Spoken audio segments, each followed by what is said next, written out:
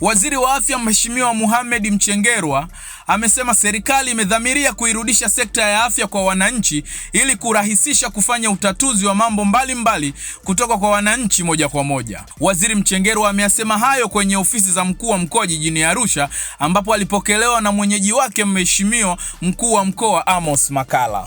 Tumekuja hapa kwa sababu maalum.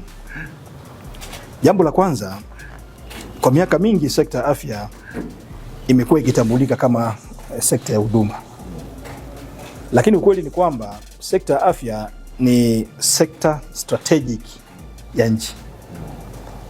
Tunapozungumza kuhusu usalama wa nchi, hauwezi kuzungumza usalama wa nchi bila kuzungumzia afya za wananchi.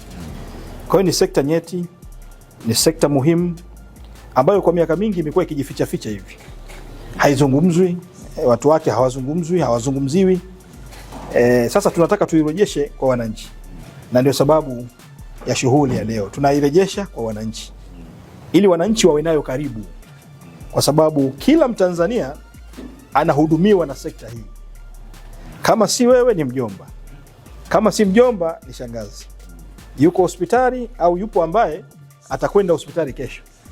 Kwa hiyo tunataka sekta hii izungumzwe, Watanzania wazungumze. Watakapoizungumza watatusaidia kuturekebisha au kuongeza jitihada zaidi pale ambapo tumeteleza. Na kwa sababu ndoto za rais wetu ni kuleta furaha kwa Watanzania, mwisho wa siku kuleta furaha kwa Watanzania, sekta ambayo tunaamini itakwenda kuleta furaha na faraja kwa Watanzania ni sekta ya afya. Tukifanya vizuri hapa, Watanzania watakuwa na furaha sana. Tukikosea hapa, Watanzania watakuwa na manuniko mengi.